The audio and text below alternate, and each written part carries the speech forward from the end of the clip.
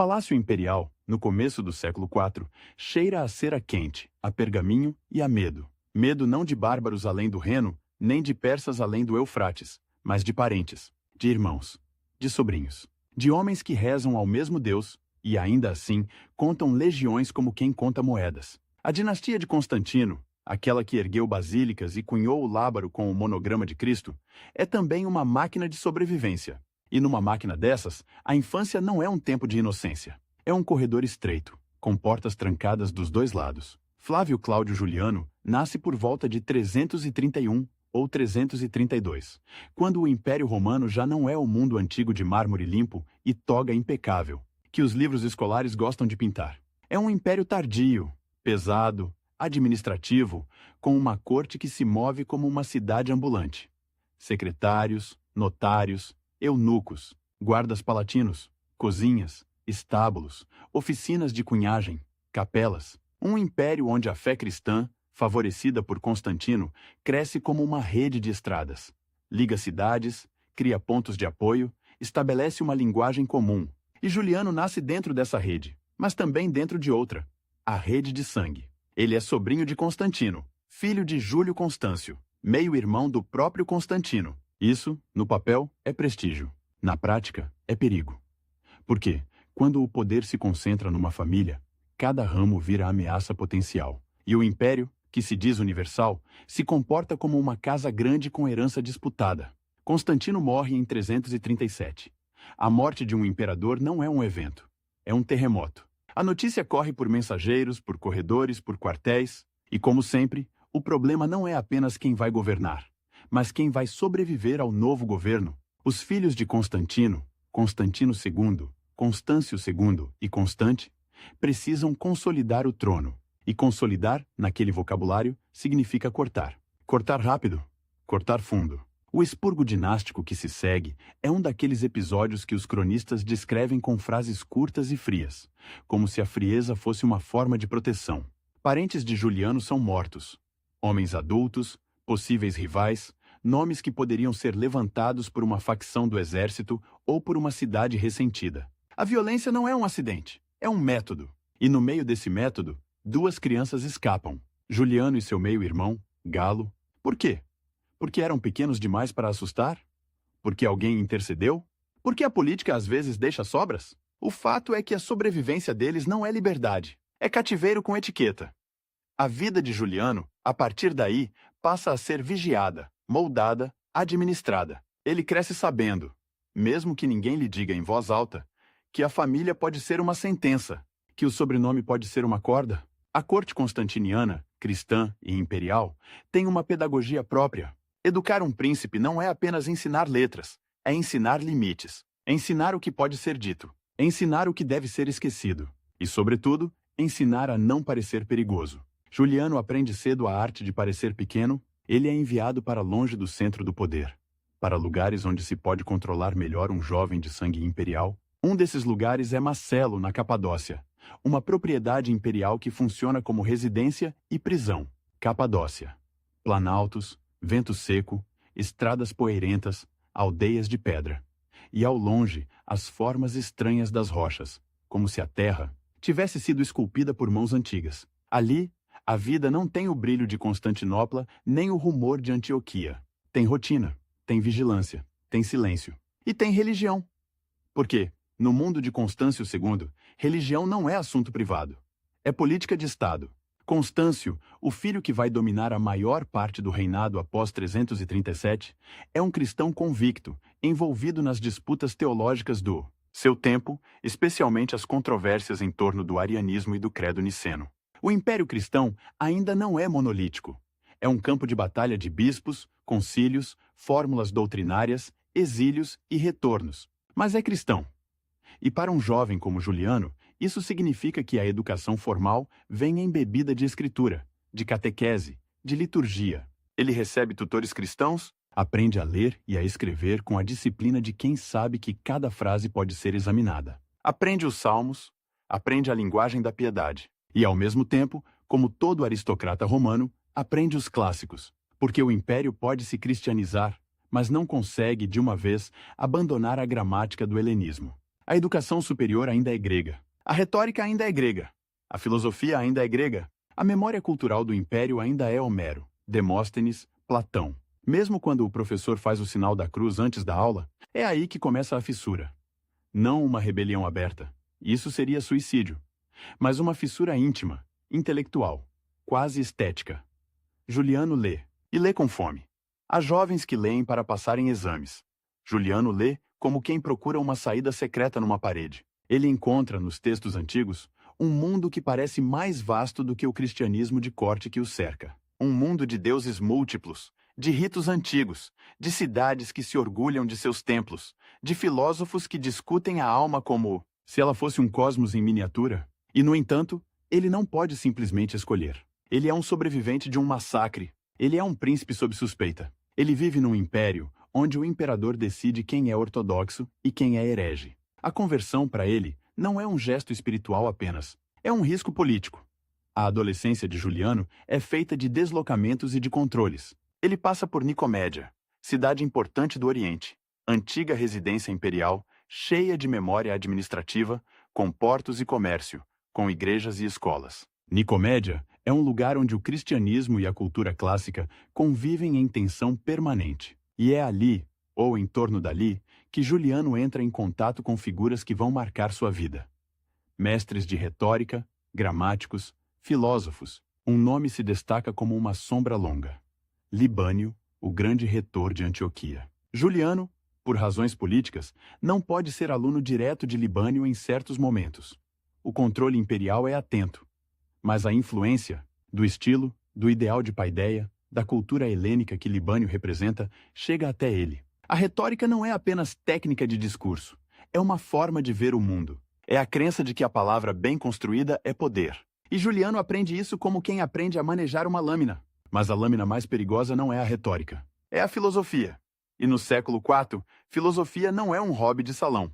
É uma religião alternativa, com seus próprios ritos, suas iniciações, seus mestres carismáticos. O neoplatonismo, especialmente em suas formas mais teúrgicas, promete algo que o cristianismo de corte, com suas disputas de concílio, talvez não ofereça a um jovem inquieto.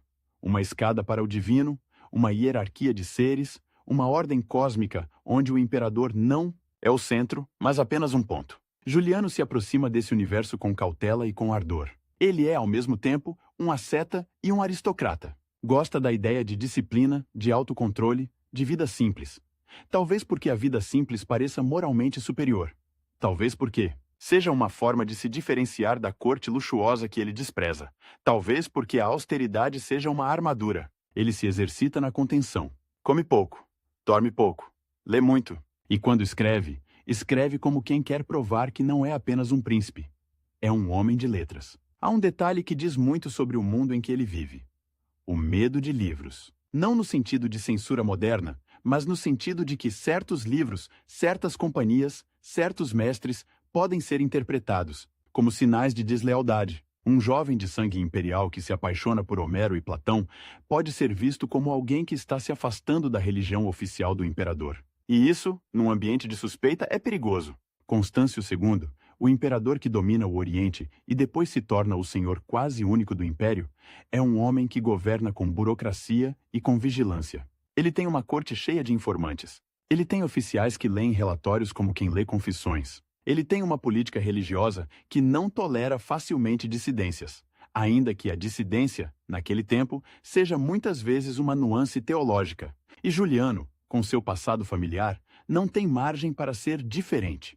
Por isso, sua aproximação do helenismo não é um rompimento imediato. É uma dupla vida.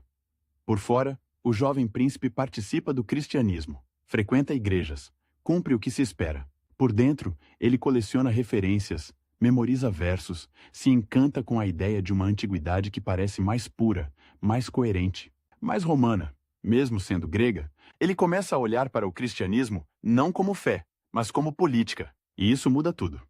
O cristianismo que Juliano vê não é o cristianismo dos mártires nas catacumbas. É o cristianismo dos bispos com influência, das sedes episcopais que funcionam como centros de poder urbano, das disputas por basílicas, das cartas imperiais que decidem quem ocupa qual igreja. É o cristianismo que já aprendeu a falar a língua do Estado. E para um jovem que sonha com filósofos, isso pode parecer uma traição do espírito. Ao mesmo tempo, o paganismo que o atrai não é apenas o culto tradicional de aldeia, com sacrifícios locais e festas cívicas. É um paganismo intelectualizado, reorganizado pela filosofia. Um paganismo que tenta ser, ele também, uma visão total do mundo. Um paganismo que pode competir com a igreja não apenas em ritos, mas em moral, em disciplina, em comunidade. Juliano ainda não tem poder para fazer nada com isso, mas a ideia começa a se formar. Se um dia ele governar, ele não será apenas um administrador, será um restaurador. E então vem o outro lado da história. O lado do trauma. Porque a vida de Juliano não é só biblioteca e contemplação. É também a lembrança de que o Estado matou sua família, que o poder cristão, ou pelo menos o poder sob imperadores cristãos, foi o cenário do massacre. Isso não significa que o cristianismo seja a causa direta. A política dinástica tem sua própria lógica.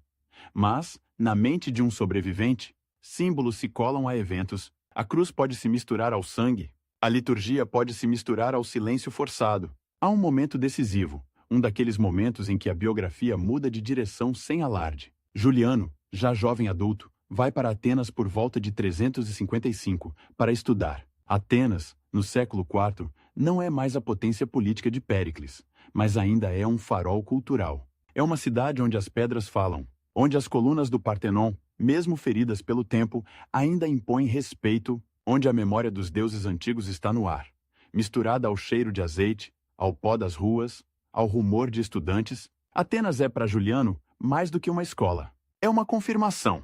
Ali, ele encontra um ambiente onde o helenismo não é apenas leitura clandestina, é vida pública, é tradição, é orgulho. Ele convive com filósofos, com retóricos, com jovens de famílias importantes. E, ironicamente, ali ele também cruza com cristãos que serão grandes nomes, como Gregório de Nazianzo e Basílio de Cesareia. Segundo a tradição, o mundo é pequeno. As elites do império se conhecem. E as futuras batalhas religiosas, muitas vezes, começam como debates de sala de aula. Mas Atenas também é perigosa, porque um príncipe não pode simplesmente desaparecer na multidão. Ele é observado. E enquanto ele estuda, a política imperial se move, Constâncio II enfrenta problemas militares e políticos. O império é grande, e as fronteiras são longas. Há pressão no ocidente, especialmente na Gália, onde povos germânicos atravessam fronteiras, saqueiam cidades, testam a capacidade romana de reagir. Há intrigas internas, há usurpadores ocasionais, há a necessidade constante de comandantes confiáveis, e Constâncio II, o imperador desconfiado, faz uma escolha que parece contraditória. Ele decide usar Juliano, o jovem que sobreviveu ao expurgo, o sobrinho de Constantino, o homem de livros. Ele decide elevá-lo, não a Augusto ainda, mas a César, um título que, no sistema tetrárquico e pós-tetrárquico, significa subordinado imperial. Um co-governante menor, geralmente responsável por uma região e por campanhas militares. Essa decisão, porém, pertence ao futuro imediato. Antes disso, há o Juliano que ainda está sendo moldado e há o Juliano que está se moldando sozinho. O que acontece dentro dele, nesses anos de estudo e vigilância, é uma transformação silenciosa. Ele passa a se ver como alguém com missão moral. Não no sentido cristão de missão, mas no sentido filosófico. Ele quer ser um governante virtuoso, um príncipe que vive como filósofo. Ele admira figuras como Marco Aurélio, o imperador estoico, e tenta imaginar um retorno a uma forma de governo em que o poder seja guiado por uma ética antiga. Só que o século IV não é o século II. O Estado é mais centralizado, mais burocrático, mais militarizado. A corte é mais intrusiva. A religião é mais polarizada. E a própria ideia de antigo já é uma construção, uma nostalgia. Juliano, ainda sem trono, já está apaixonado por uma Roma que talvez nunca tenha existido do jeito que ele imagina. Ele escreve. E ao escrever, ele se revela. Seus textos, cartas, discursos, sátiras, mostram um homem que pensa com intensidade, que se irrita com facilidade, que tem senso, de humor ácido, que gosta de se apresentar como simples e, ao mesmo tempo, não resiste a exibir erudição. Ele é um intelectual que quer ser levado a sério por intelectuais. E isso, para um príncipe, é incomum. A maioria dos príncipes quer ser temida. Juliano quer ser admirado por filósofos. A conversão dele ao helenismo, quando se consolida, não é apenas uma troca de crença. É uma troca de identidade. Ele passa a se ver como heleno, no sentido cultural e espiritual. dentro de um império que está se tornando cada vez mais cristão. E isso cria uma tensão que não vai embora, porque ele não é um cidadão comum que pode escolher seu culto e viver discretamente. Ele é um membro da família imperial. Cada gesto dele tem peso. E há ainda a figura de Galo, seu meio-irmão, que funciona como um espelho sombrio. Galo também é sobrevivente do expurgo. Também é usado por Constâncio II. Também é elevado em determinado momento a César no Oriente. E o destino de Galo é um aviso. Ele cai em desgraça, é acusado de abusos e conspirações, e acaba executado em 354. A mensagem é clara, mesmo que ninguém a escreva. O imperador pode elevar e pode destruir. O sangue de Constantino não protege. Às vezes, atrai o golpe. Juliano aprende com isso. Aprende a dissimular melhor. Aprende a controlar o rosto. Aprende a medir palavras. Aprende que a virtude filosófica, no palácio, precisa de máscara. E, ao mesmo tempo, a morte de Galo o deixa mais sozinho, mais vulnerável, mais consciente de que ele é o próximo da lista, se der um passo em falso. É nesse clima que a espiritualidade de Juliano ganha um tom quase febril. Ele se aproxima de mestres neoplatônicos ligados à teurgia, práticas que pretendem agir sobre o divino por meio de ritos, invocações, purificações. Para um cristão, isso seria magia. Para um neoplatônico, é uma tecnologia sagrada. Juliano, que vive num mundo onde a política é imprevisível, encontra conforto na ideia de que existe uma ordem superior, uma hierarquia invisível que pode ser acessada. Ele quer sinais, quer confirmação, quer acreditar que sua sobrevivência não foi acaso, mas destino. E, quando um homem começa a acreditar que foi poupado por destino, ele começa a se preparar para algo maior. Mesmo que ainda não saiba o quê, o império ao redor dele continua girando. Constantinopla, fundada por Constantino, cresce como capital cristã e imperial, com suas igrejas novas e suas cerimônias. Antioquia é um centro vibrante do Oriente, com sua mistura de culturas, seu humor mordaz, sua vida urbana intensa. Alexandria ferve em conflitos religiosos e intelectuais. Roma, no Ocidente, ainda tem prestígio, mas já não é o centro do comando. E nas fronteiras, a pressão não cessa. No Danúbio, no Reno, no Oriente contra os Sassânidas, Juliano observa tudo isso como alguém que está dentro e fora ao mesmo tempo. Dentro, porque é príncipe. Fora, porque é vigiado, marginalizado, tratado como peça de reserva. Ele conhece a linguagem do poder, mas não tem poder. Ele conhece a religião oficial, mas já não acredita nela. Ele conhece a cultura clássica, e nela encontra uma pátria espiritual. E então, num gesto que muda sua vida, Constâncio II o chama, não como estudante, não como sobrinho distante, como instrumento. Quando Juliano é nomeado César em 355, isso parece, à primeira vista, uma reabilitação, um retorno ao centro, um reconhecimento. Mas para quem conhece a lógica do período, é também uma aposta arriscada de Constâncio. Enviar um parente potencialmente perigoso para uma região em crise com a missão de conter invasões e restaurar a ordem. Se ele falhar, será descartado. Se ele tiver sucesso, será útil. E talvez ainda assim perigoso. Juliano, porém, naquele momento anterior à nomeação, ainda é o homem que foi construído pelo medo e pela leitura. Um homem que aprendeu a sobreviver em silêncio. Um homem que viu a família ser abatida por razões de Estado. Um homem educado por cristãos, mas seduzido pelos deuses antigos. Um homem que se imagina filósofo, mas que está prestes a ser empurrado para o mundo brutal das marchas, dos quartéis, das muralhas geladas do Ocidente. E é aí que a imagem começa a se formar, como uma chama pequena num altar reaberto. Ainda não há templos reacendidos, ainda não há sacrifícios públicos restaurados, ainda não há decretos, há apenas um jovem de sangue imperial, com olhos treinados para ler linhas difíceis, com mãos mais acostumadas ao pergaminho do que à espada, carregando dentro de si uma antiguidade idealizada. E carregando também a memória de um massacre que ensinou a ele a primeira lei do poder. Quem governa decide quem vive. O menino que escapou em 337 não escapou ileso. Ele foi transformado. E quando o chamam para servir ao império, ele não vai apenas obedecer. Ele vai levar consigo, escondida sob a capa do príncipe cristão, a convicção crescente de que Roma se desviou do caminho, que os altares foram apagados cedo demais, que os deuses antigos ainda podem ser chamados de volta. Só que, antes de qualquer retorno, vem a prova mais simples e mais cruel. Sobreviver outra vez. Não mais como criança poupada por conveniência, mas como homem lançado ao tabuleiro, onde cada vitória cria inimigos e cada derrota cria carrascos, Constâncio II não chama Juliano com ternura, chama com cálculo. A carta imperial atravessa estradas, postos de troca de cavalos, mãos de mensageiros que não fazem perguntas. E quando chega, não traz apenas um convite, traz um destino. Milão, a corte ocidental, o lugar onde o poder se veste de púrpura e se protege com paredes, guardas e cerimônias. Juliano sai do mundo dos livros para o mundo das ordens. O caminho até a presença do imperador é uma aula de geografia política. Cidades com muralhas remendadas, pontes vigiadas, guarnições que olham o viajante como se olhassem uma ameaça.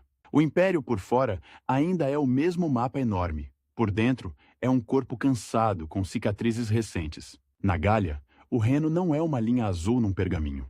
É água fria, correnteza, neblina. E do outro lado, aldeias e florestas onde grupos, francos e alamanos, se movem como fumaça. Eles atravessam, saqueiam, recuam. Não é uma invasão única, épica. É uma hemorragia contínua. Constâncio sabe disso. E sabe de outra coisa. O Ocidente precisa de um rosto imperial. Alguém que possa estar lá, em Tréveris, em Reims, em Lutécia, enquanto ele, Constâncio, fica preso ao Oriente, às intrigas de bispos, às ameaças persas, às usurpações que sempre parecem nascer quando o imperador se afasta. O sistema do século IV exige delegação. Mas delegar é perigoso. Um César pode virar rival. Um parente pode virar bandeira. Juliano entra em Milão como quem entra num tribunal. A corte é um mecanismo. Oficiais com títulos longos, notários que registram cada palavra, eunucos que controlam acessos, generais que medem homens com os olhos. O imperador, no centro, é menos um indivíduo e mais uma instituição. Constâncio II tem a frieza de quem sobreviveu a décadas de guerra civil e de disputas religiosas. Ele não esquece que Juliano é filho de uma linha que poderia, em teoria, reivindicar o trono. E Juliano não esquece que Constâncio é o homem sob cujo reinado sua família foi exterminada. Eles se encaram com a cortesia de quem segura uma lâmina atrás das costas. A nomeação vem com o ritual necessário. O título de César, a promessa de lealdade, a distribuição de donativos, a aclamação formal. E vem com uma amarra. Constâncio casa Juliano com Helena, sua própria irmã. Um casamento dinástico, claro, mas também uma coleira de ouro. Você agora é família ainda mais próxima. E família, naquele mundo, é tanto proteção quanto refém. Helena é uma figura discreta nas fontes, quase sempre sombra, mas a presença dela ao lado de Juliano é um lembrete constante de que o César não é livre nem no quarto. E então, sem tempo para aprender a respirar como político, Juliano é empurrado para a Gália. A viagem para o norte muda o ar. O Mediterrâneo fica para trás, com seus cheiros de sal e azeite. O céu se torna mais baixo. A luz, mais pálida. As estradas romanas ainda existem, mas agora passam por campos úmidos, bosques, rios que transbordam. As cidades gaulesas, antigas e romanizadas, carregam marcas de medo. Muralhas reforçadas, portas fechadas cedo, mercados que funcionam com cautela. Há refugiados.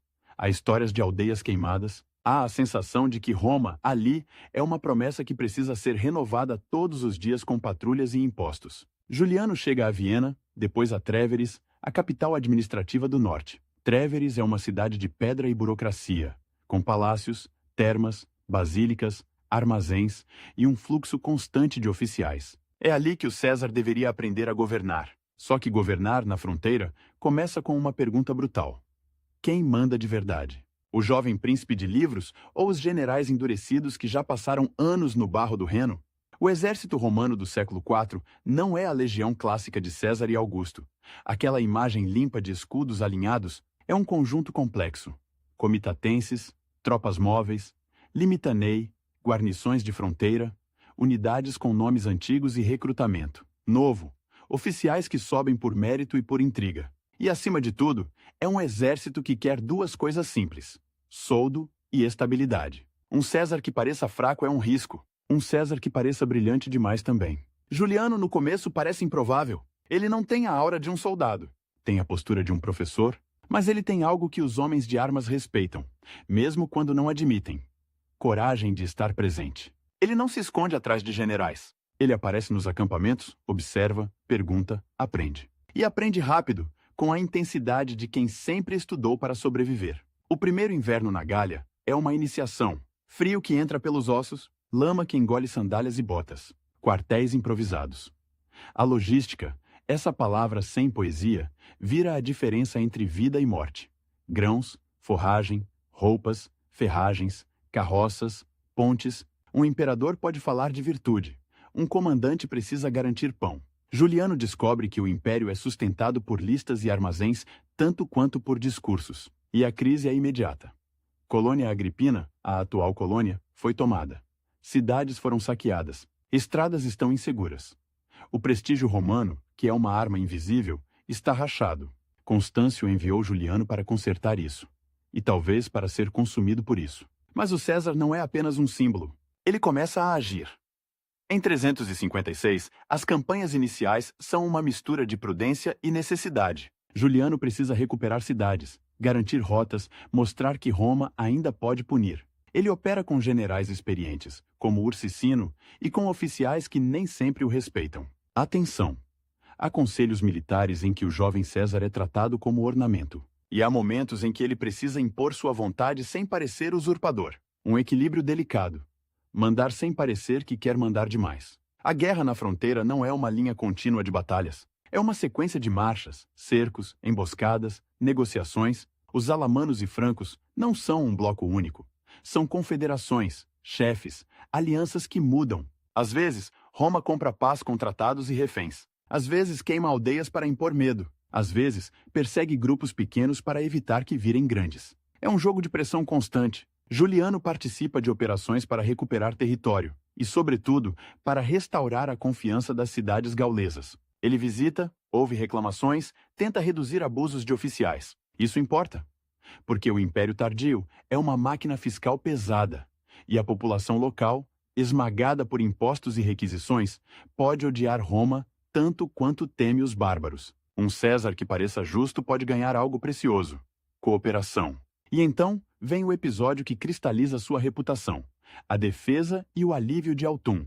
E mais tarde, a situação em Sens, quando Juliano é cercado e precisa resistir com recursos limitados. Esses momentos não são apenas militares, são psicológicos. Um príncipe que aguenta um cerco, que não foge, que divide o risco, começa a virar outra coisa aos olhos dos soldados. Não mais o sobrinho frágil de Constantino. Um comandante. Aos poucos, o homem de pergaminho aprende a linguagem do aço. E, ao mesmo tempo, mantém uma disciplina pessoal que chama a atenção. Ele não vive como os grandes da corte. Não se entrega ao luxo. Come de forma simples. Dorme pouco. Trabalha muito. Isso vira propaganda espontânea. Num mundo em que oficiais enriquecem com corrupção e em que a corte é sinônimo de desperdício, a austeridade de Juliano parece virtude antiga. Parece Roma de antes. Mesmo que seja, em parte, uma pose cuidadosamente cultivada. Mas a Gália não dá tempo para poses. Em 357, a pressão alamânica se concentra, o confronto decisivo se aproxima. Argentorato. Estrasburgo. O campo de batalha não é um palco clássico. É uma planície cortada por rios e bosques, com poeira levantada por milhares de pés, com o som de metal batendo em metal, com gritos em línguas diferentes. O exército romano, sob Juliano, enfrenta uma força alamanica numerosa, liderada por chefes como Chinodomar. A batalha é confusa, brutal, e o resultado não é garantido. A disciplina romana, porém, faz diferença. As formações aguentam. A cavalaria e a infantaria se coordenam. E Juliano está lá, visível, correndo riscos que um príncipe poderia evitar. A vitória em Estrasburgo não é apenas uma vitória, é um selo. Ela diz às cidades gaulesas: Roma ainda pode vencer. Diz aos bárbaros: atravessar o Reno tem preço. E diz ao exército: este César dá sorte. E no mundo antigo, sorte é quase uma divindade. Depois de Estrasburgo, Juliano não se contenta em celebrar. Ele explora a vantagem. Cruza o Reno, realiza expedições punitivas, força tratados, exige reféns. Reconstrói fortalezas. Reabre estradas. A fronteira, que parecia uma porta arrombada, começa a parecer uma muralha de novo. Não perfeita, mas funcional. E enquanto isso, a política observa. Constâncio II, no Oriente, recebe relatórios. Ele precisa de vitórias no Ocidente, mas não precisa de um César popular demais. A popularidade é uma moeda perigosa. Soldados aclamam quem os alimenta e os leva à vitória. Cidades celebram quem as protege. E no século IV, a aclamação militar ainda é uma forma de legitimação. Um general vitorioso pode virar imperador com um grito coletivo. Roma já viu isso muitas vezes. Juliano, por sua vez, começa a sentir o gosto do comando. E esse gosto é viciante. Ele escreve cartas, discursos, tenta moldar sua imagem, não como um usurpador, mas como um restaurador da ordem. Ele se apresenta como servidor do império, fiel a Constâncio. Mas a realidade é que, na Gália, ele é o rosto do poder. E o rosto, com o tempo, quer ser cabeça. Há também a administração. Juliano não é apenas um comandante. É um governante regional. Ele precisa lidar com impostos, com a moeda, com o abastecimento. E aqui aparece uma faceta que surpreende. Ele tenta aliviar a carga fiscal em certas áreas, reduzir extorsões, impor disciplina a coletores. Isso o torna popular entre civis e elites locais, mas cria inimigos entre aqueles que lucram com o sistema. O Império Tardio é cheio de intermediários. Cortar privilégios é mexer em vespeiro. A corte de Tréveris, menor que a de Constantinopla ou Milão, ainda assim é uma corte. Há cerimônias, audiências, petições. Juliano, que despreza o teatro do poder, precisa atuar nele. E atua de um jeito peculiar. Com uma mistura de simplicidade e ironia, ele gosta de se mostrar acessível. Gosta de ouvir filósofos e retóricos. Gosta de discutir literatura. Isso cria um círculo de admiradores. E cria também a impressão de que ele é diferente dos outros imperadores. Diferente pode ser virtude. Diferente pode ser ameaça. Enquanto Juliano consolida a fronteira, Constâncio enfrenta o Oriente. O Império Sassânida, sob Sapor II, pressiona com força. Cidades como Amida entram no imaginário romano como lugares de cerco e sofrimento. O Oriente consome recursos, tropas, atenção. Constâncio precisa de homens. E é aí que a tensão, que vinha crescendo como uma febre baixa, sobe de repente. Em 360, Constâncio ordena que unidades do exército gaulês sejam enviadas ao Oriente. Não é um pedido. É uma ordem imperial. Para Constâncio, faz sentido. A ameaça persa é existencial. E o Ocidente, graças a Juliano, parece mais estável. Para os soldados na Gália, é outra coisa. Eles têm famílias ali. Eles lutaram anos para estabilizar aquela terra. Eles não querem atravessar metade do mundo para morrer em desertos e planícies mesopotâmicas por um imperador distante. E mais importante, eles se sentem ligados a Juliano. Ele é o comandante que os levou à vitória. Constâncio é um nome em documentos. A ordem cai como pedra no acampamento. Murmúrios viram discussões. Discussões viram raiva. E a raiva, num exército, é um animal que precisa de pouco para morder. Juliano tenta, ao menos oficialmente, cumprir. Ele não pode se declarar contra o imperador sem se declarar rebelde. Mas ele também sabe que forçar a partida pode quebrar sua base militar. E sem base militar, um César é apenas um homem com título. A noite em que as tropas o proclamam Augusto é uma daquelas noites em que a história parece acontecer de repente. Mas na verdade vinha sendo preparada por meses, talvez anos. Os soldados se reúnem, armados, excitados, e exigem que Juliano aceite o título maior. Augusto, imperador pleno. Não mais subordinado, não mais peça. A cena, nas fontes, tem algo de ritual e de improviso. Há o escudo erguido, o levantamento do comandante, a aclamação. Há também um detalhe simbólico que atravessa os relatos.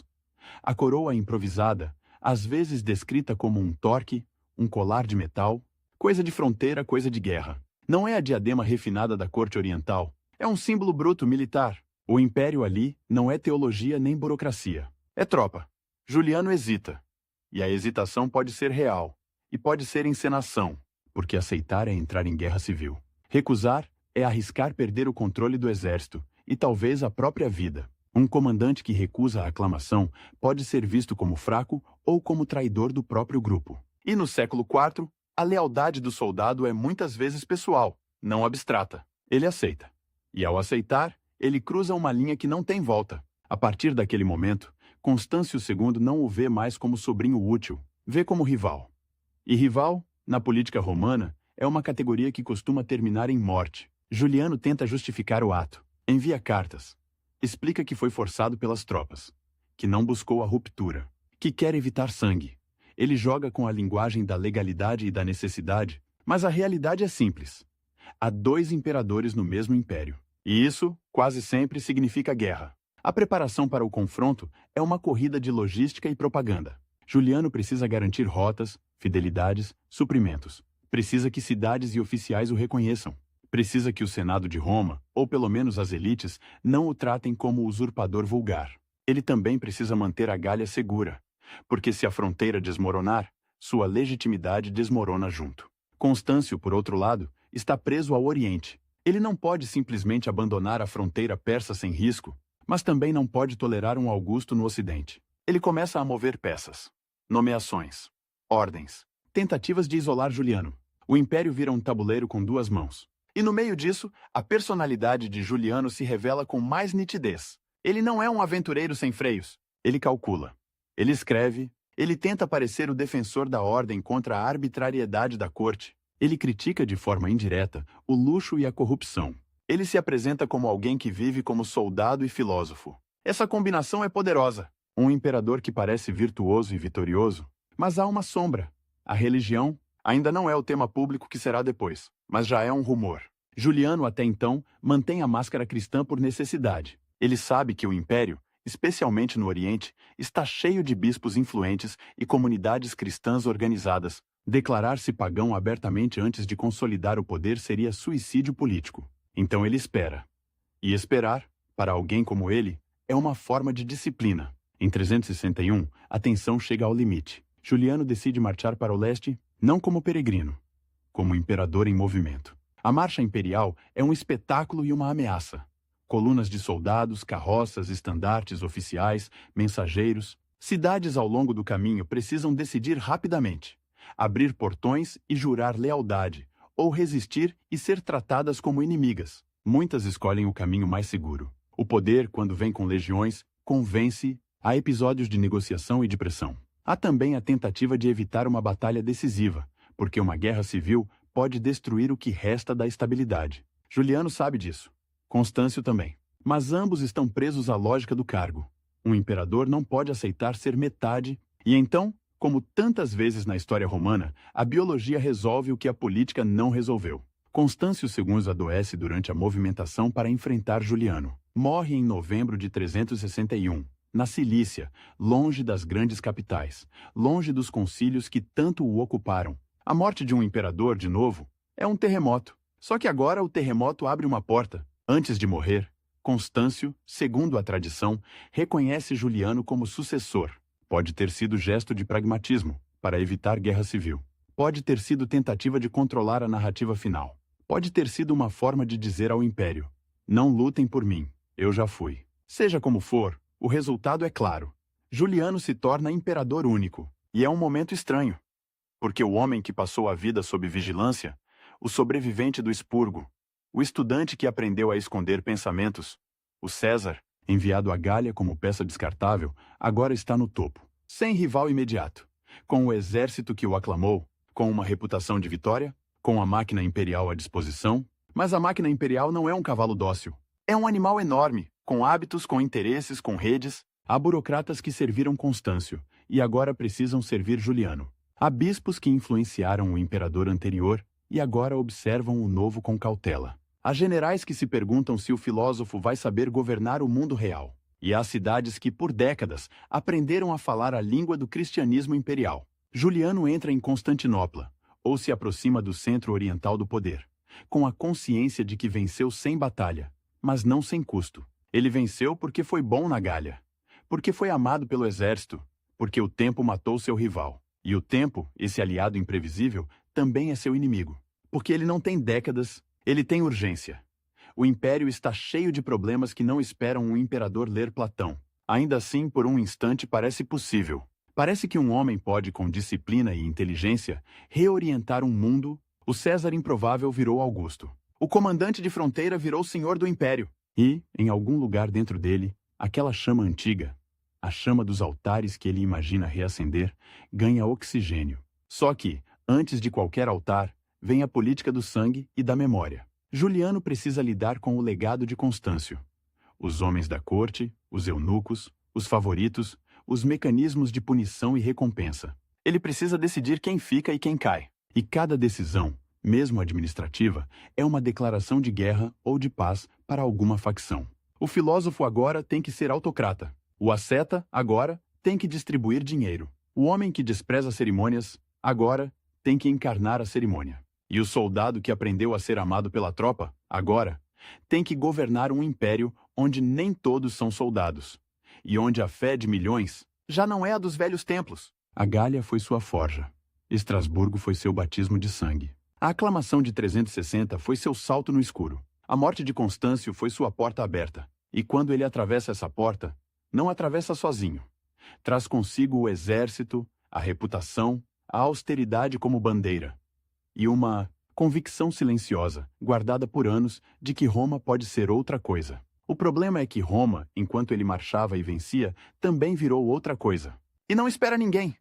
Quando Juliano finalmente segura o império inteiro nas mãos, ele encontra um objeto que não cabe na palma. É grande demais, é pesado demais, e está quente como metal recém-saído do fogo. Porque o século IV não é mais o tempo em que um príncipe podia entrar em Roma, fazer meia dúzia de gestos simbólicos e, com isso, mudar o destino. Agora existe uma infraestrutura invisível. Escritórios, tabelas de impostos, correios imperiais, cadeias de comando, redes de patronato. E, sobretudo, existe uma outra infraestrutura, ainda mais difícil de desmontar. A Igreja, com seus bispos, suas assembleias, suas cartas circulando mais rápido do que qualquer decreto, sua capacidade de transformar uma decisão administrativa em uma batalha moral. Juliano chega como vencedor sem batalha civil, mas não como herdeiro natural de um consenso. Ele é o sobrevivente que voltou, o parente que escapou do expurgo, o César que virou Augusto porque os soldados quiseram. E isso, para muita gente em Constantinopla, Antioquia, Alexandria, não é um detalhe. É um aviso. A legitimidade naquele mundo é uma mistura de sangue, aclamação e providência. E a providência, para os cristãos, já tinha nome e já tinha linguagem. Juliano, por enquanto, ainda fala essa linguagem em público. Ainda usa fórmulas cuidadosas. Ainda não rasga a máscara de uma vez. Mas a máscara nele não é pele. É um objeto. E objetos caem. Antes de qualquer reforma religiosa, vem o ajuste de contas com a corte de Constâncio. A corte tardia é um ecossistema. Eunucos controlando acesso, notários controlando papel, oficiais do palácio controlando o dinheiro, generais controlando o medo. Constâncio governou com desconfiança, e desconfiança cria instrumentos. Polícia política, delatores, processos por traição, confisco. Juliano detesta isso com uma aversão quase física, como se a intriga palaciana fosse uma doença de pele. Ele quer um governo limpo, de virtude antiga, de frugalidade. Só que frugalidade, quando vira política, significa cortar gente. E cortar gente, no império, significa criar inimigos. Ele reduz o luxo do palácio, tenta enxugar despesas, mexe em privilégios. A imagem que ele quer projetar é clara. O imperador não é um deus distante cercado de seda. É um homem que trabalha, que lê, que escreve, que ouve petições sem transformar cada audiência num teatro. Há relatos de que ele abre portas, que recebe mais diretamente, que faz questão de parecer acessível. Isso encanta alguns, irrita outros, porque a cerimônia, no século IV, não é só vaidade, é um mecanismo de controle. Quando você desmonta o ritual, você desmonta também a hierarquia que protegia certas pessoas. E então, quase como quem acende um pavio que estava esperando há anos, Juliano começa a fazer aquilo que ele realmente veio fazer. Templos reabertos, altares reacendidos, não é uma metáfora, é literal. Portas que tinham sido fechadas por pressão local, por leis, por medo, voltam a girar nas dobradiças. Pátios varridos, estátuas lavadas, incenso, sangue de sacrifício. O cheiro forte, animal, que o cristianismo urbano já tinha aprendido a desprezar como superstição, volta a subir no ar. E isso não acontece num vácuo. A cidade romana é um organismo de hábitos. Procissões, festivais, calendários cívicos, doações de elites, corporações de ofício. O culto tradicional sempre foi também política municipal. Reabrir um templo é reabrir uma forma de sociabilidade, uma economia de prestígio, uma memória de quem manda. Juliano não anuncia uma perseguição aberta aos cristãos. Pelo contrário, ele se apresenta como tolerante. Ele revoga medidas que proibiam sacrifícios e ritos tradicionais. Ele permite que exilados religiosos retornem, inclusive bispos cristãos que tinham sido expulsos por disputas internas. Esse gesto parece magnânimo, quase liberal. Mas há uma lâmina escondida aí. Ao trazer de volta bispos de facções rivais, ele reintroduz conflitos dentro da própria igreja. O cristianismo do século IV não é um bloco monolítico. É um campo de batalhas teológicas e políticas. Nicenos, arianos, homoiousianos, donatistas em África. Nomes que, para o cidadão comum, podem soar como brigas de palavras, mas que, Na prática, definem quem controla igrejas, propriedades, influência. Juliano entende isso. E ele quer que os cristãos discutam entre si enquanto ele reorganiza o mundo antigo. Só que reorganizar o mundo antigo é mais difícil do que reabrir portas. O politeísmo greco-romano é uma constelação, não uma pirâmide. Há cultos locais, tradições de cidade, sacerdócios hereditários, mistérios, filosofias, devoções domésticas, a Júpiter Capitolino e a deuses de fontes e encruzilhadas. Há Apolo e há a deusa que só aquela aldeia conhece. A força disso sempre foi a flexibilidade. A fraqueza, ou agora, é a falta de unidade. A igreja cristã, com todos os seus conflitos, tem uma coisa que o paganismo não tem: uma rede episcopal que funciona como administração paralela. Bispos escrevem cartas, convocam sínodos, distribuem ajuda, arbitram disputas, falam em nome de comunidades. Eles são, em muitas cidades, mais visíveis do que o governador.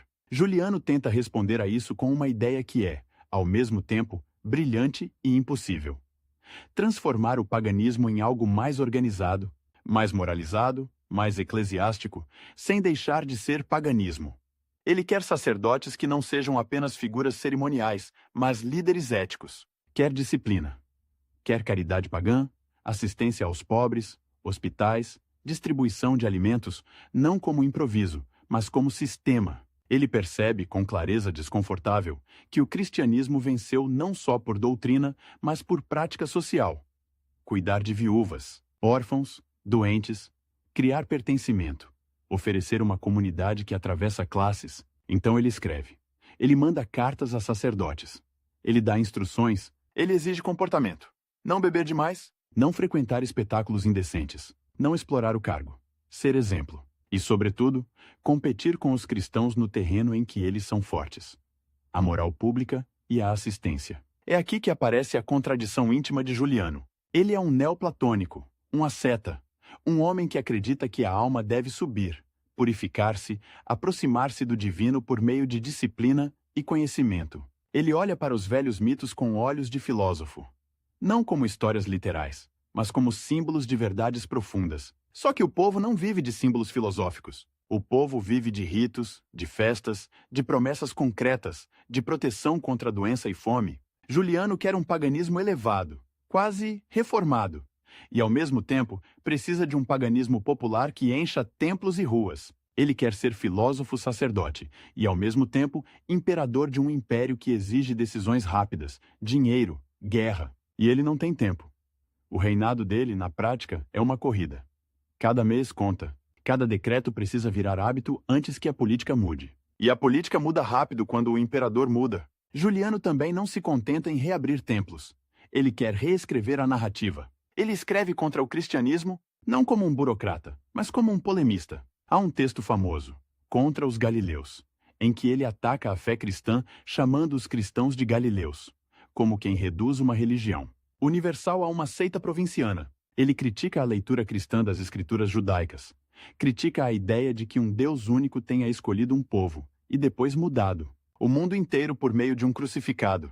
Ele tenta mostrar o cristianismo como incoerente, como parasita da tradição judaica e inimigo da cultura helênica. E aqui, de novo, ele é duplo, porque Juliano não é um ignorante atacando o que não entende. Ele foi educado no cristianismo, ele conhece a Bíblia, conhece a retórica cristã, conhece a força do discurso. Ele ataca com precisão, e isso torna o conflito mais perigoso.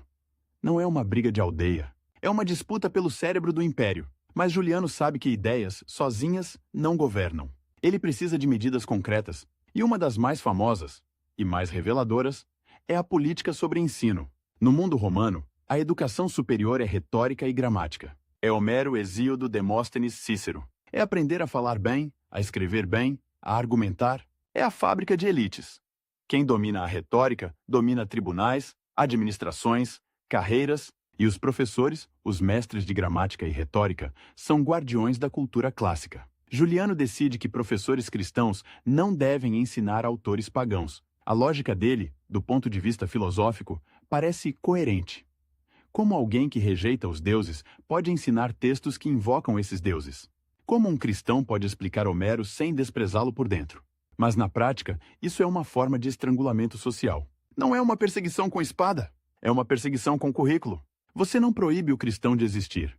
Você o empurra para fora do centro cultural. Você diz: podem crer, mas não podem formar a próxima geração de administradores e advogados. É um golpe elegante. E é um golpe que revela o limite da tolerância de Juliano. Ele não quer mártires cristãos, porque mártires alimentam a fé. Ele quer cristãos diminuídos, deslocados, constrangidos, obrigados a escolher entre carreira e convicção.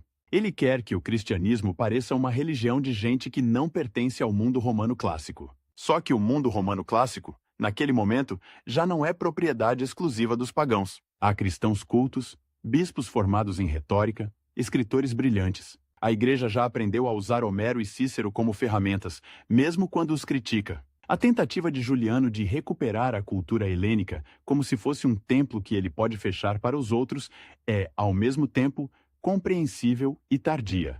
E o império reage. Em algumas cidades, a reabertura de templos é recebida com entusiasmo por elites tradicionais, por famílias antigas, por gente que nunca deixou de fazer sacrifícios em casa e agora pode fazê-los em público. Em outras, especialmente onde o cristianismo urbano é forte, a reação é fria, às vezes hostil. Há episódios de violência local, de destruição de templos e de igrejas, de brigas de rua. Juliano oficialmente condena excessos, ele quer ordem. Mas a simples mudança de vento imperial já é suficiente para que velhas rivalidades explodam.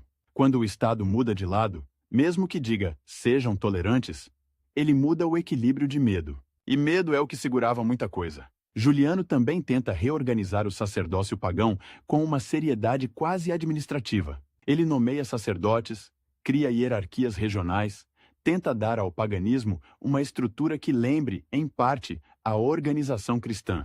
Ele quer que haja uma cadeia de responsabilidade, quer que os sacerdotes sejam fiscalizados, quer que haja um padrão de culto. Isso é revolucionário para um sistema que sempre foi local e plural. E é aí que ele encontra resistência não só dos cristãos, mas dos próprios pagãos. Porque muitos aristocratas gostam do culto tradicional, exatamente porque ele não exige disciplina moral rígida nem obediência a um bispo pagão. Eles querem o prestígio do sacrifício, não a reforma do caráter. Juliano, o asceta, olha para esses pagãos acomodados com desprezo. Ele os considera frouxos, superficiais, gente que usa os deuses como decoração. E ao desprezá-los, ele estreita sua base. Ele governa como se pudesse escolher seus aliados por pureza espiritual. Só que o poder imperial não é um círculo de iniciados. É uma coalizão de interesses e há Antioquia. Antioquia é uma das grandes cidades do Oriente. Rica, barulhenta, cheia de mercados, de teatros, de sarcasmo. Uma cidade que sabe rir de imperadores. Juliano vai para lá e tenta fazer dela uma vitrine da restauração. Ele quer que a cidade abrace o culto tradicional com fervor. Ele quer sacrifícios, procissões, solenidade. Ele quer que o povo sinta que os deuses voltaram. Mas Antioquia tem seu próprio humor, sua própria fome, sua própria política. Há problemas de abastecimento, há tensões econômicas. Juliano tenta controlar preços, tenta garantir grãos, tenta impor medidas que, para ele, são racionais e morais. Para os comerciantes, são interferência. Para o povo, são insuficientes e, enquanto isso, o imperador aparece como um homem estranho. Barbudo, austero, mais parecido com um filósofo de estátua do que com um soberano que distribui espetáculos e donativos. A cidade, acostumada a imperadores que compram aplauso com jogos e ouro, não sabe o que fazer com um imperador que pede virtude. E Antioquia ri. Ri do jeito que dói. Com apelidos, com piadas, com murmúrios em praça pública. Juliano, que tem orgulho e tem pena afiada, responde escrevendo um texto satírico, o Misopogon, o odiador da barba, em que ele ironiza a si mesmo e, ao mesmo tempo, fustiga a cidade por sua frivolidade. É um documento extraordinário porque mostra um imperador discutindo com uma cidade como se estivesse num debate de praça. Ele se expõe, ele se irrita, ele tenta educar o público e, ao tentar educar, ele revela o abismo. O imperador filósofo quer uma cidade virtuosa. A cidade quer pão, diversão e estabilidade. Templos reabertos, altares reacendidos. E, ao lado, uma multidão que boceja ou zomba. No meio desse cenário, Juliano faz um gesto que parece, à primeira vista, surpreendente. Ele se aproxima dos judeus, não por simpatia moderna, mas por cálculo religioso e político. Para Juliano, o judaísmo é uma religião antiga, ligada a um templo, a sacrifícios, a uma tradição que o cristianismo reivindica e, ao mesmo tempo, supera. Se ele puder fortalecer o judaísmo, ele enfraquece a narrativa cristã de cumprimento e substituição. E há um símbolo máximo: Jerusalém. Juliano autoriza, incentiva, planeja a reconstrução do templo em Jerusalém, destruído desde o ano 70. Isso é dinamite teológica.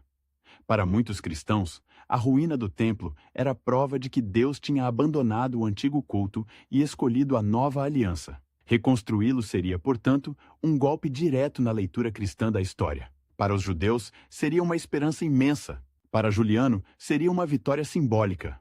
Mostrar que os deuses, ou o Deus, no caso judaico, podem voltar ao espaço público contra a narrativa cristã. O projeto, porém, fracassa. As fontes falam de dificuldades, de incidentes, de fogo, de tremores, de acidentes. O resultado é o mesmo: não se reconstrói. E o fracasso vira propaganda para os cristãos.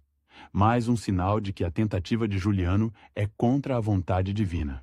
Para Juliano, é um lembrete cruel de que símbolos são frágeis quando dependem de logística, de estabilidade local, de cooperação de autoridades e de um tempo que ele não tem. E o tempo, sempre ele, começa a apertar como uma mão no pescoço. Porque, enquanto Juliano escreve cartas a sacerdotes e discute com Antioquia, o Oriente continua sendo o Oriente.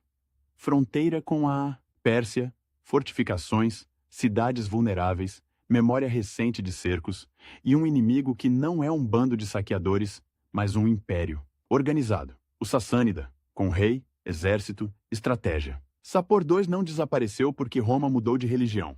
A guerra não espera o altar. Juliano também precisa lidar com a burocracia que herdou. O Estado tardio é uma máquina de arrecadação e distribuição. Há impostos em espécie, há requisições, há transporte obrigatório, há corporações urbanas presas a funções hereditárias. Há governadores que temem mais uma auditoria do que um ataque bárbaro. Juliano tenta reformar abusos, punir corrupção, reduzir a distância entre decreto e realidade. Mas cada reforma mexe em interesses, e interesses, quando ameaçados, procuram abrigo. No século IV, o abrigo mais eficiente é a igreja. Um bispo pode proteger um funcionário, pode mobilizar opinião, pode transformar uma punição em perseguição. Juliano, ao atacar corrupção, às vezes parece atacar uma rede que já aprendeu a se defender com linguagem moral. Ele também tenta redefinir a relação do imperador com o sagrado. Constantino e seus filhos tinham, de formas diferentes, se aproximado do cristianismo como fonte de legitimidade. Juliano quer o contrário. Quer que o imperador seja o primeiro sacerdote do culto tradicional. Não apenas um patrono distante, ele participa de sacrifícios com intensidade. Ele se envolve. Ele faz questão de estar presente. Há relatos de que ele sacrifica muito, talvez demais, a ponto de virar motivo de comentário. Para seus partidários, isso é devoção. Para seus críticos, é superstição teatral. Para muitos soldados, é simplesmente estranho. O exército quer vitória e soldo. O imperador oferece fumaça e sangue. E ainda assim, por um momento, a chama parece pegar. Em várias cidades, templos voltam a funcionar. Sacerdotes voltam a ter prestígio. Elites pagãs, que tinham se calado por prudência, voltam a falar com mais confiança. Intelectuais helênicos veem em Juliano um patrono, quase um sonho. Um imperador que lê, que cita, que discute filosofia, que prefere a biblioteca ao hipódromo. Há uma sensação de renascimento, de revanche cultural, como se o mundo antigo, humilhado por décadas de avanço cristão, tivesse encontrado um defensor armado. Mas o defensor armado tem um problema. Ele governa como se a verdade fosse suficiente para criar maioria. E não é. O cristianismo, naquele ponto, já não é apenas fé. É carreira, é rede, é hábito urbano, é legislação acumulada, é memória de mártires, é linguagem de família. Há crianças batizadas, há casamentos, há funerais, há calendários, há bispos que são mediadores sociais, há igrejas que são centros de distribuição de ajuda. Você não desmonta isso com cartas a sacerdotes pagãos em 2 anos. E Juliano, ao tentar, cria resistências que não existiriam se ele fosse apenas um imperador neutro. A neutralidade, aliás, é impossível. Quando o imperador reabre templos, ele sinaliza que o favor mudou. E quando o favor muda, as pessoas se reposicionam. Alguns por convicção, muitos por prudência, outros por oportunismo. O resultado é instabilidade. A própria ideia de restaurar o paganismo carrega uma nostalgia que não combina com a realidade do Império Tardio. O mundo de Augusto, de Trajano, de Marco Aurélio, não volta. As cidades mudaram. A economia mudou. O exército mudou. A administração mudou. A religião mudou. Juliano quer reacender uma chama antiga, mas o combustível agora é outro. E às vezes, a chama pega em material errado e vira incêndio. Ele também comete um erro de estilo político. Ele subestima o quanto o povo romano, e especialmente as cidades orientais, espera do imperador uma certa performance de generosidade. Jogos, doações, espetáculos, presença em cerimônias públicas. Juliano prefere a moral ao espetáculo. Prefere a disciplina ao agrado. Isso pode ser admirável, mas é impopular. E impopularidade, para um imperador com reinado curto, é veneno. Ao mesmo tempo, ele não pode se apoiar totalmente no exército, porque o exército é pragmático. Soldados podem respeitar um comandante austero, mas não vão abraçar uma reforma religiosa como missão de vida. Muitos soldados já são cristãos. Outros são indiferentes. O exército, no século IV, é um mosaico. E Juliano precisa dele para a guerra que se aproxima. Porque a guerra se aproxima como uma sombra que cresce no fim da tarde. E Juliano sente isso. Ele sente que, se quiser consolidar seu poder e sua visão, precisa de uma grande vitória externa. Uma vitória que cale críticos, que una facções, que dê ao seu reinado um brilho incontestável. Nada legitima um imperador romano como triunfo militar. Nada.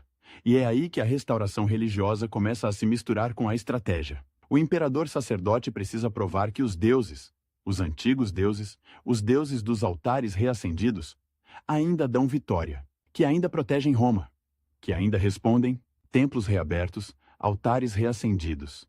E ao fundo, o som de martelos em arsenais, o rangido de carroças sendo preparadas, o cálculo de grãos e forragem, a contagem de homens. O império, mesmo quando reza, precisa marchar. Juliano olha para o Oriente e vê a Pérsia como destino e como teste. Ele ainda está em Antioquia, ainda lidando com sarcasmo e abastecimento, ainda escrevendo e nomeando sacerdotes, mas a decisão já está se formando.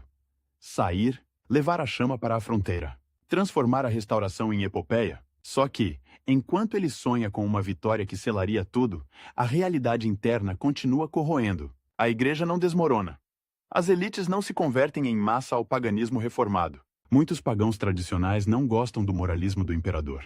Muitos cristãos se sentem atacados, mesmo sem perseguição aberta, porque percebem o movimento. Perder escolas, perder influência, perder o favor. E o favor imperial, naquele mundo, é mais do que honra. É segurança. Juliano governa com a intensidade de quem sabe que o relógio corre. Ele escreve demais, decide demais, participa demais. Ele quer estar em todo lugar. No templo, no tribunal, no quartel, na biblioteca. E isso paradoxalmente o isola, porque um imperador que se vê como filósofo sacerdote tende a confiar mais em convicção do que em coalizão. Ele prefere a pureza do projeto à sujeira do compromisso. E o império é feito de compromisso. Ainda assim, quando a noite cai sobre as cidades orientais e as lâmpadas tremem nas ruas, há lugares onde a fumaça do sacrifício volta a subir, onde velhos hinos são cantados, onde alguém sente que o mundo virou de novo. Por um instante, parece que a história pode retroceder, que o cristianismo foi apenas uma onda, que Roma pode voltar a ser Roma como antes. Mas o século IV não volta. Ele avança e Juliano, com toda a sua inteligência e energia, está prestes a apostar o resto do seu tempo numa estrada que leva para longe das bibliotecas, longe das disputas de Antioquia, longe dos decretos sobre professores. Uma estrada de poeira e calor, de rios largos e planícies sem sombra, uma estrada onde a chama dos altares, se não for alimentada, apaga rápido. Na primavera de 363, o Oriente Romano começa a cheirar a couro curtido e a cereal armazenado. Não é o perfume das festas, nem o incenso dos templos reabertos. É o odor prático de uma máquina de guerra em movimento. Armazéns sendo esvaziados, carroças rangendo sob sacos de trigo, ferreiros batendo ferro até tarde, cordame sendo revisado, celas ajustadas, pontes de barcaças planejadas como se fossem linhas num pergaminho. E por trás de tudo, a ansiedade silenciosa de quem sabe que a fronteira oriental não perdoa improviso. Juliano decide ir à Pérsia como quem decide selar um destino. Não é apenas uma campanha, é uma prova. Um imperador romano pode ser filósofo, pode ser reformador, pode ser polemista, mas, se não vence, vira nota de rodapé. E Juliano, que leu história demais para não entender o peso de um fracasso, quer o tipo de vitória que cala a cidade que ri, Que disciplina! A burocracia que resiste, que obriga até os indiferentes a admitir. Os deuses antigos ainda respondem. Ele sai de Antioquia, deixando para trás o teatro de sarcasmos e o misopogon, como cicatriz literária. A cidade continua sendo Antioquia, viva, insolente, cheia de vida e de fome. O imperador, porém, já está em outro ritmo. Agora é o ritmo do passo militar, do cálculo de marchas, do mapa mental de rios e fortalezas. O Eufrates e o Tigre deixam de ser nomes de geografia e viram problemas concretos. Largura, correnteza, pontos de travessia, margens que podem virar armadilha. O exército que ele reúne é grande, mas não é um bloco homogêneo. Há veteranos endurecidos na Gália, homens que o aclamaram Augusto e que ainda o veem como comandante antes de vê-lo como sacerdote. Há unidades orientais acostumadas a escaramuças e cercos, gente que conhece o inimigo sassânida não por livros, mas por cicatrizes. Há auxiliares, há cavaleiros, há infantaria pesada, há arqueiros e há, sobretudo, a logística. A longa fila de animais de carga, de servos, de artesãos, de oficiais de intendência, de escribas que transformam pão em números e números em ordens. Juliano não é um imperador que delega com facilidade. Ele quer ver, quer decidir, quer estar presente. Isso dá energia ao exército. E também cria um risco. Quando tudo depende do impulso de um homem, a morte desse homem vira catástrofe. A estratégia, no papel, parece ousada e clássica ao mesmo tempo.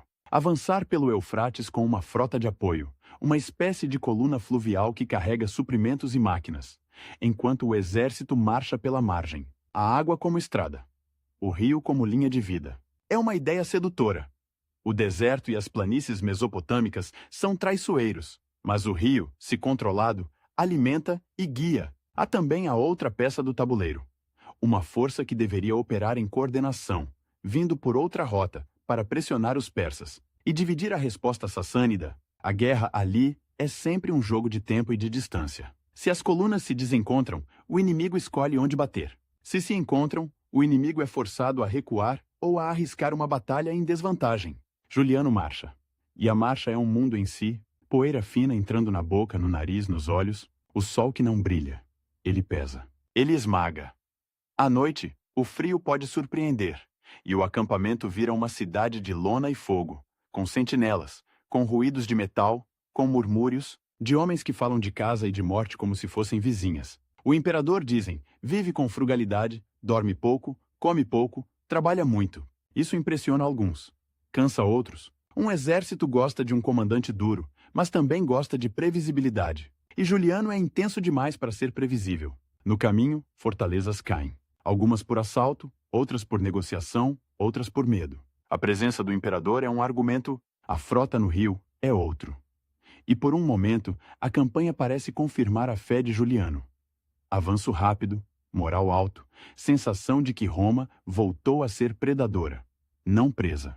Os persas recuam, evitam uma batalha decisiva, queimam campos, esvaziam áreas, praticam a velha arte de negar ao invasor aquilo que ele precisa: comida, água, descanso. A Mesopotâmia, quando quer, vira um deserto de recursos.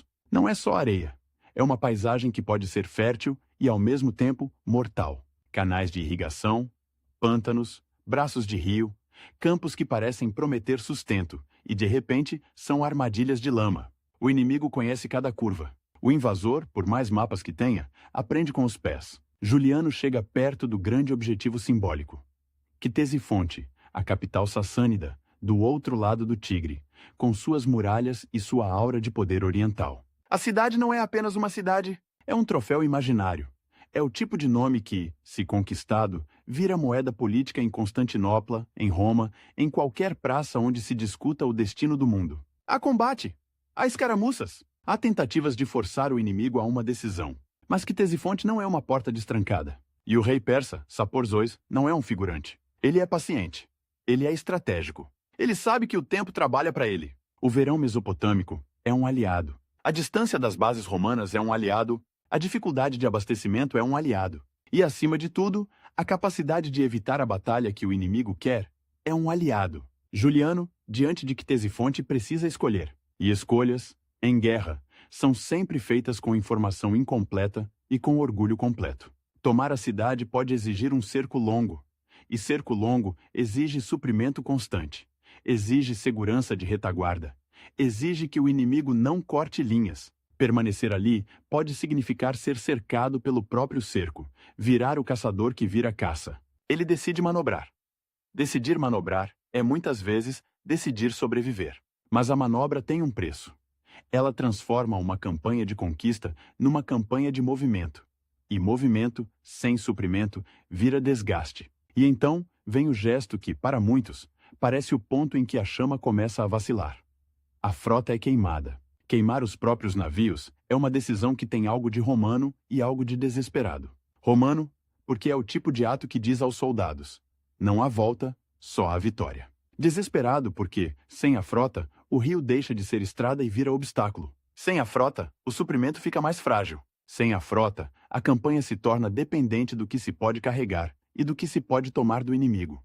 E o inimigo está queimando o que pode. O exército entra numa paisagem onde o horizonte parece sempre igual. Planícies onduladas, calor, poeira e, de vez em quando, o brilho enganador de água distante. Os persas atacam como sombra, não necessariamente com grandes batalhas, mas com golpes rápidos, com arqueiros montados, com cavalaria, que aparece e desaparece, com a pressão constante que impede descanso. A guerra sassânida ali é uma guerra de nervos. O romano quer uma batalha decisiva. O persa quer que o romano se desgaste até que a própria marcha seja derrota. A fome começa a roer. Não a fome dramática de um dia sem comer, mas a fome administrativa. Ração reduzida, grãos contados, animais abatidos antes do tempo. Homens que olham para o chão procurando qualquer coisa que pareça comestível. A sede pior, porque a sede transforma disciplina em pânico. E o calor transforma pequenas feridas em infecções, transforma cansaço em colapso. Juliano continua sendo Juliano. Ele continua presente. Ele continua exigindo, ele continua acreditando que a vontade pode dobrar a matéria. Mas a matéria, na Mesopotâmia, é teimosa. E no meio desse desgaste, a política interna do império não desaparece. Ela viaja junto, dentro das tendas dos oficiais, nas conversas baixas, nos olhares. Há generais que o respeitam. Há generais que o acham imprudente. Há cristãos no comando que obedecem por dever, mas não por devoção.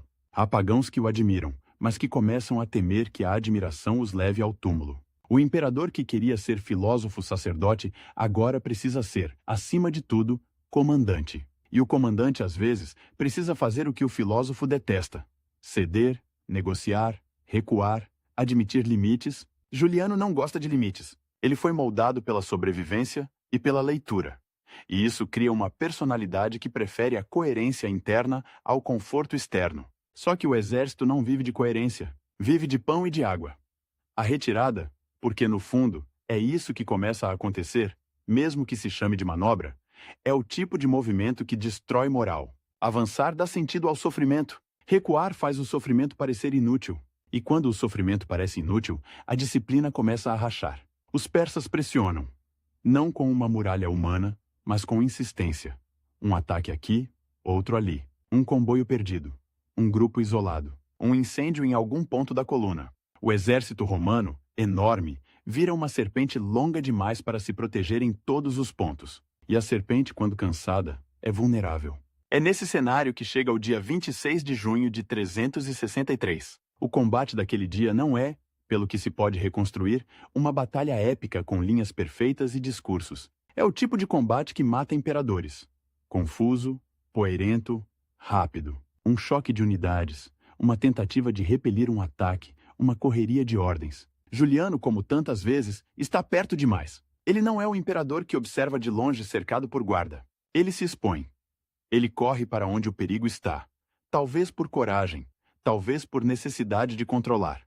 Talvez por aquela mistura fatal de virtude e imprudência que os romanos tanto celebravam nos livros e tanto temiam na vida real. Ele é ferido. Uma lança ou um dardo, as versões variam. Entra no corpo e abre um caminho que não se fecha. O sangue ali não é símbolo. É perda de pressão, é fraqueza. É o corpo lembrando ao espírito que manda. Ele é levado de volta. O acampamento, que já estava tenso, vira um lugar de silêncio pesado. O rumor corre mais rápido do que qualquer mensageiro. O imperador caiu. A morte de um imperador em campanha é sempre um terremoto. não é apenas a perda de um homem. É a perda do centro de gravidade. Quem manda agora? Quem negocia? Quem decide a rota? Quem segura o exército unido quando a fome e o inimigo apertam? Juliano morre naquela noite, ou pouco depois. E com ele morre a possibilidade de transformar sua restauração religiosa em algo mais do que um clarão breve. Porque o que ele estava tentando fazer dependia demais dele. Dependia do seu estilo, da sua energia, da sua obsessão. O paganismo que ele queria reorganizar não tinha uma instituição pronta para continuar sem ele. A igreja cristã tinha. A burocracia imperial tinha. O exército tinha seus mecanismos. O projeto de Juliano, por mais inteligente, era pessoal demais. Há relatos sobre suas últimas palavras, sobre conversas filosóficas, sobre resignação, sobre bravura. O século IV adora moldar mortes em narrativas. Cristãos e pagãos têm interesse em contar a cena de um jeito que sirva à própria visão do mundo. Para uns, ele morre como prova de que Deus o rejeitou. Para outros, morre como herói trágico, o último defensor de uma Roma antiga. O fato bruto, porém, é simples e cruel. Um ferimento em campanha, num território hostil, com um exército exausto e um império que não pode parar para chorar. A sucessão é rápida porque precisa ser. Escolhe-se Joviano, um oficial, um homem que não tem o luxo de ideologia. Ele tem uma tarefa: salvar o exército. E salvar o exército naquele momento significa negociar. O tratado com os persas é duro. Territórios são cedidos. Fortalezas são entregues. O orgulho romano engole seco. Mas o exército volta. Volta vivo. Volta com a sensação amarga de que a campanha que começou como promessa de triunfo terminou como fuga organizada. E quando o exército volta, o império volta ao seu eixo natural. Estabilidade antes de sonho. O programa religioso de Juliano começa a ser desfeito com uma velocidade que revela o quanto ele era frágil. Não porque todos odiavam o paganismo, mas porque poucos estavam dispostos a arriscar carreira e segurança por ele. Templos que tinham sido reabertos continuam, em alguns lugares, funcionando. A religião antiga não desaparece num decreto. Mas o impulso estatal, o vento oficial, muda de direção. E no século IV, vento oficial é tudo. As medidas que constrangiam cristãos, como a questão do ensino, perdem força. Bispos voltam a respirar com mais tranquilidade. A rede episcopal, que Juliano tentou contornar e dividir, continua ali, com sua capacidade de comunicação e de mobilização. A igreja, que já era infraestrutura, mostra que é também memória. Ela sabe transformar a morte do inimigo em lição, em sermão, em prova de providência. E os pagãos? Muitos voltam ao silêncio prudente. Alguns lamentam. Alguns tentam manter o que foi reacendido. Mas sem o imperador sacerdote, sem o patrono que escrevia cartas e exigia disciplina, o paganismo retorna ao seu estado natural. Plural, local, fragmentado. Bonito, antigo, resiliente. E politicamente disperso. A imagem que Juliano queria deixar era a de uma chama que volta a arder no coração do império. Por um instante, ela ardeu mesmo. Templos reabertos, altares reacendidos, o cheiro do sacrifício no ar, a sensação de que o mundo antigo tinha encontrado voz e espada, mas a Mesopotâmia tem seu próprio elemento. Poeira.